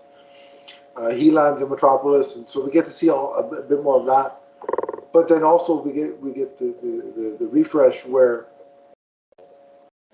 because he's taken Batman to recover, we see that he's created this sanctuary space for, like, the fighters and the right. and the misfits, if you will, of society, that don't want to choose a side of. Right. It's like the island of misfit toys. Right. Yeah, exactly. Sticking with the Sandverse. All kinds of Christmas references today. Yeah. But and he's using his fortress as this sanctuary for these people, and he plays the holographic recording of Jor-El, and Jor-El flat out says, we exist, we're coming, and you and I can take over and basically create a new Krypton on Earth, so to speak. Just for clarification, Adam's kind of jumped into the next issue. It's called The Secret of the Superman. Right. So anyway, that's where we are now. I just gave away all the secrets, but no. The point is that, in this case, the media is right, and what it is, like, the intention of Jor-El was, we're going to use Earth as new Krypton. And people either get on board, or they're taken out of the equation. So, the place Adam's talking about is called the Oasis. One of the people we see there is Poison Ivy, actually. Yeah. Mm-hmm. So, I liked how they kind of had all the kind of Earth and emotion-based characters there, and that was what the alliance was that Superman was forming. And it was just curious. Like, it actually made me want to see more of this world. Yeah. And see how, on the heels of this epic and destructive battle between the Atlanteans and Themyscirans, how Earth then has to rise to the challenge of this invading force of Kryptonians. Mm-hmm. Right. So we're also told, by the way, back in the other issue, that there are people coming after the Snow Globe, one of whom is the Time Masters, but that somebody else, that the Time Masters actually took it from someone else, and that the original owner may be looking for the Snow Globe as well. So you have this, kind of linear thing happening, but at the same time you have this, story kind of happening outside of that in, kind of, the hyper time type of thing. So all these things are happening simultaneously. Right. Mm-hmm. So who's the original owner of the snow globe? Well, we learned that later on. I don't think we want to jump. Don't we learn that later on? I don't I don't think so. think so. Okay. I think it's hinted at the end Mhm. Yeah. who the owner is, or that I think the descendant of the owner, or some Okay. whatever she is, or Okay. whoever she Yeah. is. Okay. But I Well, I think won't that, say then. I won't say. We'll talk about that after the I think podcast. those- So I I don't want to think give those- away if it's a big secret. So I think those people own the snow globe. Is what Yes. I is Yeah. what, yeah. But at this point, don't we learn who the killer actually is as well? hmm Hey, Carlos, why don't you tell them? Well, yeah, we get to see the Clockwork Killer and why it was a Clockwork Killer as Thomas pieces together the gears that were left in the various victims. He finds the final, or he has a final piece that's left over. He's like, this doesn't work in this clock. And as he's analyzing it, he comes to the realization that it actually belongs to the clock in Wayne Manor. That's the secret entrance to the Batcave, and therefore tips his realization as to who the killer is, in that it's Martha Wayne, the only person that it could possibly be. Yeah. And that was Who- quite the reveal, because Who in this version is the Joker? yes, Right. This Yeah. timeline. So Yeah. Which And, is, it still freaks me out. Like, I still love that twist from the original Flashpoint, and I'm Mhm. glad we get to see more of this version of the Joker, because the Joker in and of himself, or herself in this case, the Joker as an entity is disturbed already. Like, it's insanity personified. This version being Martha Kent. There's so many Marthas, damn it. Martha Wayne. I wonder if Martha Stewart exists in the Flashpoint universe. Anyway. my wife gets really tired of me saying, why do you say that every time a commercial comes on with Martha Stewart? She's like, are you going to do that for the rest of our lives? And I'm like, yes, I am. Absolutely, Of course I am. yeah, why not? Something good's going to come from BBS. And that's probably one of the things, along with Gal Gadot's casting and things of that nature. But anyway, back to what I was saying. Martha Wayne being the Joker adds a different level of insanity and tragedy to the proceedings. Totally. Yeah, no, it's it was an inspired way to show what the trauma of that encounter with Joe Chill had, with it spinning Thomas into becoming Batman, and then this reveal that Martha ended up breaking and becoming the Joker. I thought, like, I've always thought that was the coolest and most heartbreaking idea ever. So I like that they brought her back into this, and I love that she was kind of working to the same end as Thomas, but yet from a completely opposite end of the spectrum. Yeah. Her end is even worse than his, which is hard to believe considering he, to this point, doesn't care about anything, and is, willing to let it all die. But she's like, the thing about Thomas is that, and we even see him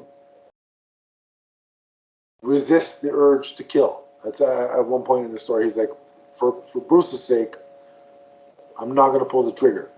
But so he makes that realization, whereas, Martha as the Joker, she has no qualms about killing. She's just like, let's go. She wants Thomas to go with her to make it right.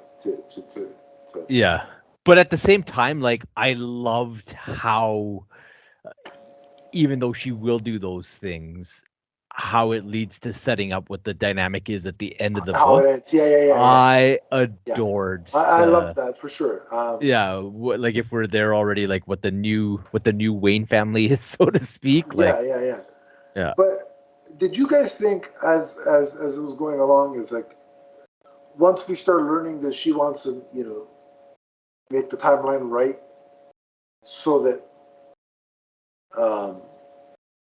Bruce would live and that world would end?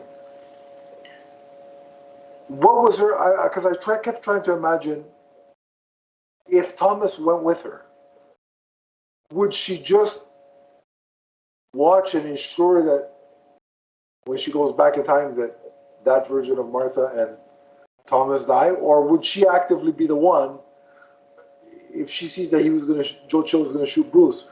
Would she have shot all three of them, the Thomas and Martha and Joe Chill at the same time? That's I was trying to imagine question. what she would do. Yeah. Like what the scenario for her was. Well, when you introduce the Joker element, you can't say with any assurity what would happen. Like I was imagining her, all right, she's going to see it going the same way, and so to fix the problem, she shoots Joe Chill, and then she shoots the past version of themselves. Is what I imagine playing out. And I'm like, morbidly, I kind of would have wanted to see that, just to watch the craziness play out. Like, yeah, like her goal really was to establish what the prime timeline continuity is, and being the Joker, she'll do whatever it takes to make that happen, right? So it would have been interesting to watch play out, is what I'm saying. Like, what would that have looked like from her perspective? Yeah. But yeah, Donnie, where you want to go next? Well, we just talked about, I guess, the other side of the wall, and now we're on to the joke's on me. Right. And one of the things we see in this issue is back on Prime Earth, Rip Hunter shows up, and he confronts Batman being Bruce Wayne and Corky Baxter. Yeah. So it's a little confusing. We got to designate Batman Thomas, Batman Bruce. So. Yeah, I did love how they played this whole issue with it just being one long conversation. Yeah. And using, like, he just masterfully wrote the dialogue so that it just transitioned between. Yeah, how it bleeds into one timeline to the next. Yeah. Yeah, from the Thomas's conversation and what's being said to him to what's happening with Bruce. I did love how they wrote the Time Hunters and how much Bruce hates Rip Hunter. Yeah. I love the dialogue of, he's the most obnoxious, rude, and annoying person I know. And considering that I know, what did he say? Hal was one of them. He said Hal, but he said somebody else and Hal Jordan. That's saying a lot. Exactly. And he's like, he calls everybody by their first name like we're friends. And he goes, Clark hates that. Yeah. Yeah. But that call back to Hal was kind of, I'm like, yeah, there's the typical Green Lantern Batman dynamic just put out there for the world to know. Yeah, but I did like this whole issue, like the whole series, that it all came down to Batman having hope based on the infamous letter that was written to him at the end of Flashpoint that we explored a bit through the Button, a little bit more through Doomsday Clock. That they pay it off in this series like so beautifully that it's basically just hope and his belief in his father, and then we get like the cool little ending in this bleak and dreary and depressing Flashpoint world. You have the Joker of all characters bringing this seed of hope to it, and I thought, man, like they did such a good job. The interesting thing was that whole dynamic was when they both end up in Arkham. Or they all end up in Arkham, and Martha's got the time sphere ready to go. Time sphere, yeah. And she's like, okay, Thomas, come with me. First of all, it's never not going to be weird, not because of anything, but it's just that it's weird watching Batman make out with the Joker. Like, I thought the same thing. I can't see the Batman making out with any version of Joker. I'm like, wait a minute, hold on. My brain needs to adjust to what I'm looking at, because you can throw fan fiction all you want, but in no scenario would I ever imagine that I'd be seeing that in the comic book. But here we are. Anyway, so she's trying to get this to go. Dent. What the heck is her name? Gilda. Thank you. Gilda is holding Dexter at gunpoint because this crazy nut job wants to kill her own son. And she killed her own daughter was the other reveal, right? She's you thought the job. I think she look, and this is saying something. she may be more insane than Martha's Joker at this point. She's more evil than Harvey, for sure. Oh, absolutely. And so, Thomas is appealing to Martha, saying, there's nothing we can do for our son at this point right now. We can't save, because at this point Thomas is starting to realize that it doesn't look like I'm going to be able to accomplish what I want to accomplish. I may have to just accept, that he's gone. And so, and try and move forward, whatever. But in this opportunity, he has a chance, in a way, to right that wrong by saving Dexter. So he's trying to appeal to Martha, saying, we can't save Bruce. We can't save this kid. And he's like, I don't. And she says, you want me to sacrifice my son for somebody else's? I'm not willing to do this. Like, well, I can't not do that. So he jumps into action to save things. And then Martha, it finally clicks for her, and she gets in on the act too. So that was. That's what she wants with the time sphere. She wants Thomas to go back with her to save Bruce's life, to make sure they're the ones who die. Which we kind of discussed. Yeah. But then that Dexter at gunpoint kind of throws a wrench into all that. Mm-hmm. And simultaneously, when Rip is arguing with Bruce, we're starting to see that why, despite what Thomas did in the events of Tom King's run, why Bruce was so dead set on keeping him alive, because he felt through the letter that you mentioned that his father could live in a world without him, and also change the way he behaves as Batman. He believed in his father based on the letter that he could be a better Batman. And throughout this book, Thomas would also always mention, not just this issue, but throughout the course of the series, that Bruce was a better Batman, and that he needed to try to be more like Bruce. And we see that in the last issue, where he's like, as the letter is being read, he's talking about, if me and your mother only wanted a better life for you, and so if you promise to live your life in a better way, I'll try to do the same no matter where I am. And so, as he was making that realization, that's what changed the trajectory of this story. It's a lot of great character work on both sides of the equation, both for Bruce and Thomas, and even Martha, like you alluded to, like Martha making that realization at the end was unexpected, but I loved it. And then, in the last pages of the book, to see the formation of the Batman and Robin dynamic, and then next thing you know, the perspective shifts, and in this cell that is very beautifully put together, it's a nice room. It's got a bed. It's a bookshelf. She's got a lot of amenities, and Martha's Joker is in there, and she's serving out a sentence, so to speak. Yeah. But she's in the Batcave. She's being right. That reminded, as I was watching it, I'm like, I'm getting flashbacks to Smallville, and so many times where Lionel would imprison somebody, and he gave them a bed, he gave them books, he gave them all kinds of, amenities that you wouldn't have if you were being held captive otherwise.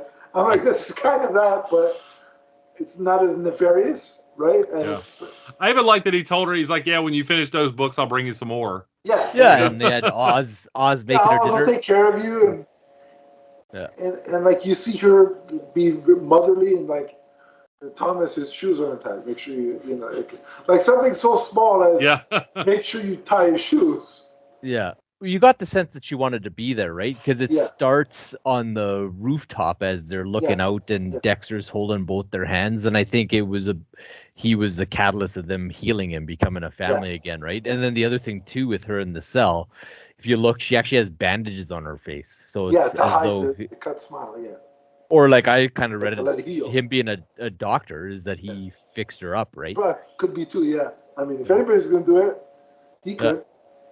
Right? Yeah. Yeah.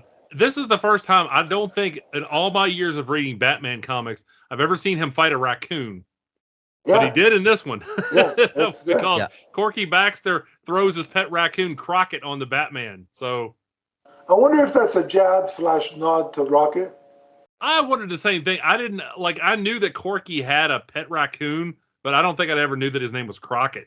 So yeah, well, I think it's a nod to Davy Crockett, though. Oh, right? okay. Yeah, it's got to be, yeah. So all right, maybe, yeah. And then the funny part of that mention that you mentioned that, Donnie, is Bruce. I'm gonna just call him Bruce because if I say Batman, everybody will be like, which one? Bruce even makes the nod of, well, this is interesting. Like I've never fought off a raccoon before, you know, and even when like you see the signal, the bat signal in the Flashpoint timeline, and it's red, and like the commissioner's like, you know, or somebody, one of the cops says, you know, we have phones that are untraceable, and he's like, yeah, he doesn't trust technology. Right. And that's the way. That's the reason for this bat signal, and it ended and with Batman and Robin kind of running at the quote unquote screen, kind of gave Batman Forever vibes, which I kind of dug. That's just a classic image, right? Yeah, it's so good, but the book left me. Again, every time they bring that damn letter into the equation, I start getting emotional, and the same thing happened here. So damn you, Jeff Johns. There's only so many months of the year I can blame allergies. Damn it. But the way it ends off, as much of a dark hellhole as the Flashpoint timeline, is, there's so much hope in those last 5 to 10 pages, and it left me here's the problem now. Now, by the way, there's an ending, we'll get to the post-credit in this. I'll call it the post-credit scene, if you will.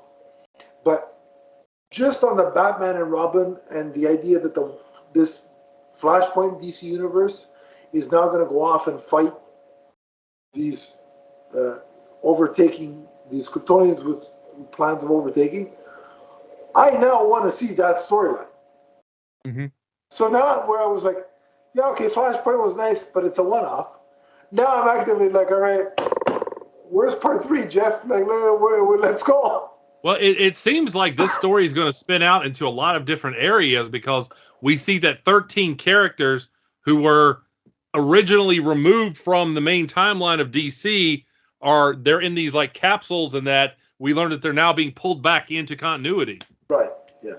And it seems like I got the sense that they were in those capsules because they were persons that would break continuity. And so now that they've been reintegrated into the various spots in the timeline, the Time Hunters kind of seemed like they didn't know what was going to happen with them. And they're just like, oh, let's just hope for the best. And yeah, we got the JSA doing their thing. So yeah, I think fingers crossed. I think this is going to bear out in Stargirl and the Lost Children, I think, is where you're going to see a lot of this bear out.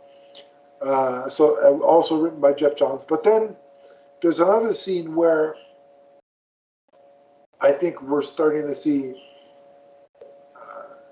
hints of the owners of the snow globe, because we get the Watchmen reference from a female character who is looking for the Watchmen.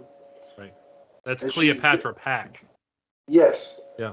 And judging by her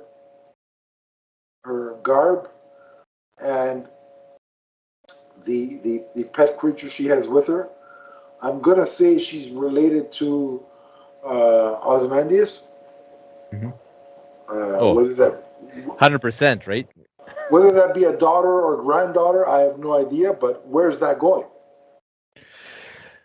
Well, yeah, and I think the original owner of the globe was Dr. Manhattan. Yeah, that's what I thought as well. And then, right. Who knows if Because they got he helped create this timeline. yeah, and who knows if they got the globe from him or if they got it from Ozymandias with the Yeah. crossover that those characters have. But yeah, like Cleopatra, do we know her from something else? I didn't. No, I think this is her first appearance, to my knowledge. So Yeah, so I don't know again, if she's his daughter or somebody who just Yeah. came. I'm But sure like, we'll learn more.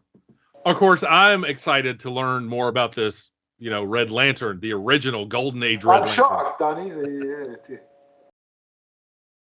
Which but yeah, no, I'm not enthralled by the costume, but I do like the potential of some of the story. Hearing Right. more, because I read, the little bio that that they put out as part of the story. That's how you're introduced to the Red Lantern's backstory. So, yeah, I'm interested to see where they go there. and there's also the classic Aquaman, right? Yeah. That we're gonna get. Yeah, so it's a lot of different characters. Salem the Witch Girl, Cherry Bomb, Harlequin's son, John Henry Jr., Judy Garrick, Yeah. Betsy Yeah. Ross, Molly Pitcher, Ladybug, Quiz Kid. Yeah. So it's going to be very interesting where these people, where we reconnect with these characters. Like, yeah, they sound like characters that might have come out of like the acquisitions of like Carlton Comics or Yeah. Fawcett Comics, or Yeah. who knows, but they sound very throwbacky for sure. yeah, I was going to say the names sound like that, right.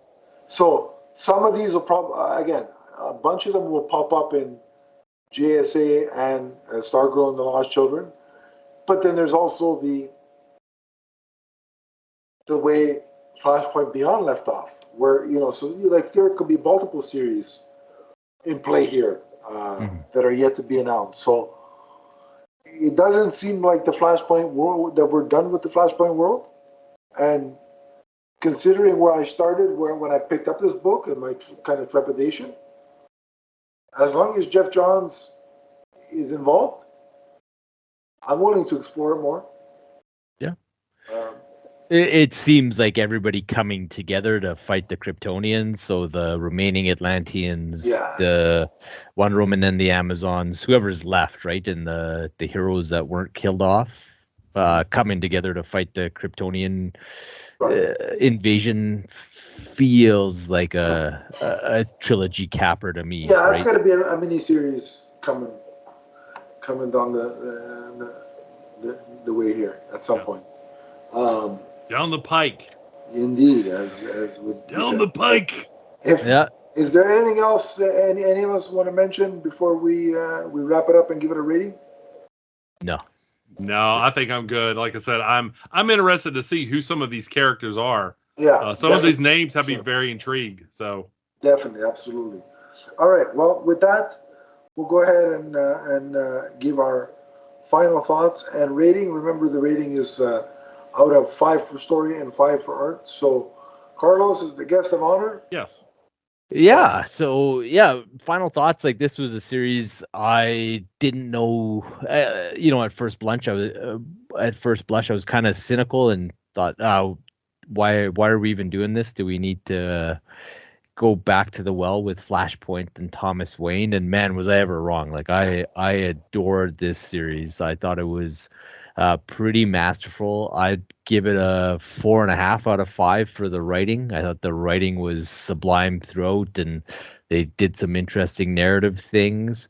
And as far as the art goes, like, some of the art is crazy strong, like best in the business. There's other stuff that wasn't through completely to my palate, so I'd probably give it a 3.5 out of 5 for the art. Sure. The strong stuff was really strong, but when I didn't dig it, I really didn't dig it. So fair enough. Yeah. Donnie? Okay, so I'm going to give the art a 4.5. There was a little, things here and there, a few panels that I didn't dig completely, but I thought that for the most part it really worked, especially the close-ups of, the faces, and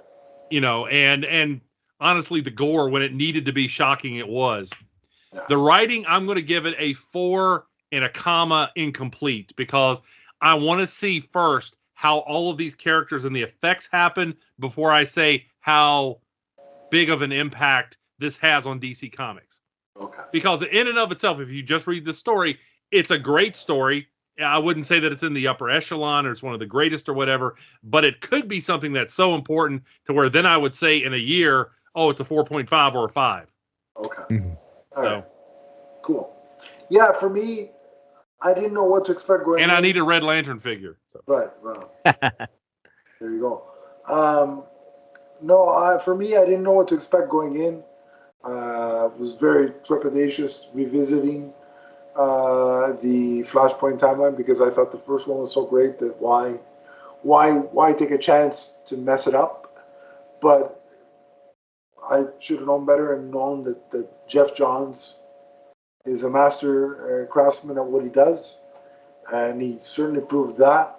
The standout for me was I love the character growth for Thomas and Martha, and I'm so intrigued by Superman and how he's going to deal with his Kryptonian people coming to attack his now adopted homeworld.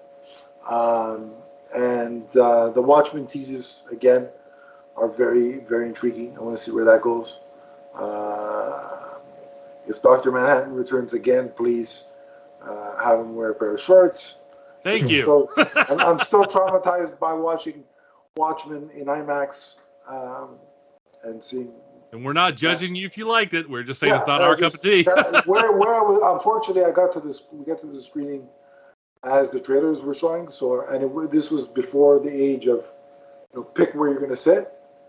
And so we got there late. So we're in the front and he's sitting like this, right?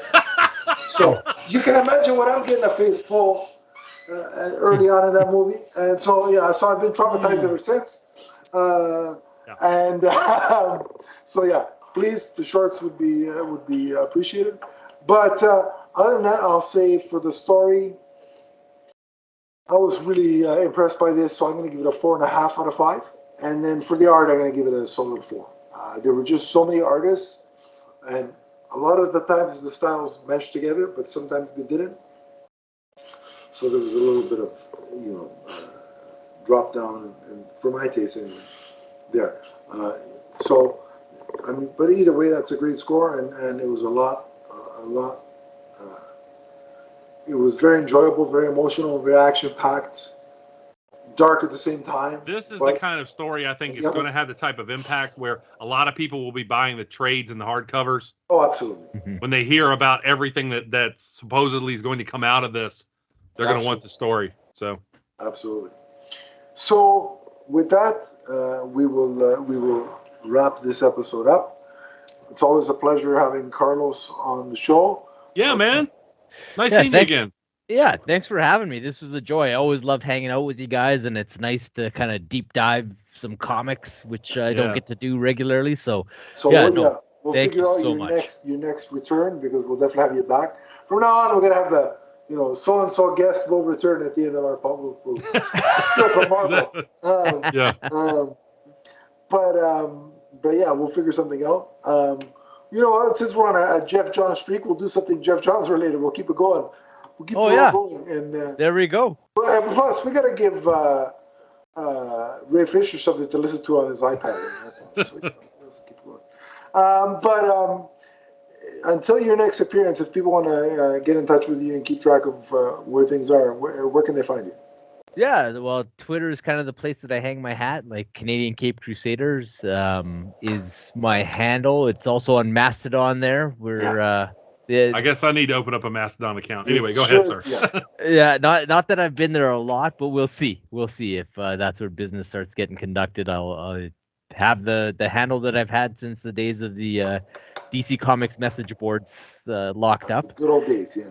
Yeah, and I'm part of a weekly show called the Nerd Room Podcast. Our logo was kind of a blue square with a riff on the Marvel Studios logo, I guess. And we kind of do news and notes or anything in the nerdy world of Star Wars, Marvel, DC, Jurassic, kind of whatever suits our fancy. And you can find us in your podcatchers and on YouTube, where we do a couple of things, mostly toy related, a couple times a month. So please check us out. That's a good use of your time, sir. Why not? Yeah, it absolutely is. Donnie, where can they track you down? You can find me on You can find me on TikTok, Twitter, or YouTube, where I have my own channel where I review collectibles and comics. Lots of product reviews there as the Emerald Enthusiast. And maybe eventually you'll find me on Mastodon too. But again, if you just search Emerald Enthusiast on Google, you will instantly find my various places that I hang out online. And if somebody pops up that's not Donnie using that name, call them a fraud. Anyway, if you want to track me down, it's at Adam_Leafs fan on Twitter. We also have the Twitter page for this podcast network, which is at MMNPDC. And I'll be more active there because I've changed the password so now I can get in there because I forgot it. But so there's that. I have a hard time keeping track of all these passwords these days. I'll be there as long as Twitter is still around. Whether that's a couple of days, a week, we'll see. Who knows what Elon's doing over there? But in case it goes down the toilet, I've also created a Mastodon page, which is, I believe, at Adam_DC fan. So I changed it up a bit. Okay. And so DC will never lose in the first round of the playoffs. So that's right. That's correct. And they've let me down a lot less than the Leafs have, so there you go. But I'll post a link for the Mastodon page in the YouTube description, and by all means follow me there, and we can continue the conversation there. And also the Facebook group, which if you click the link provided, ask for permission to join, and I will happily add you, and we can continue the conversation there. But until next time, remember that Flashpoint and Thomas Wayne Batman is forever, from the first time he breaks a villain's bones and tells you which bones he broke to the last. So long, everybody. So long, everyone. Take care.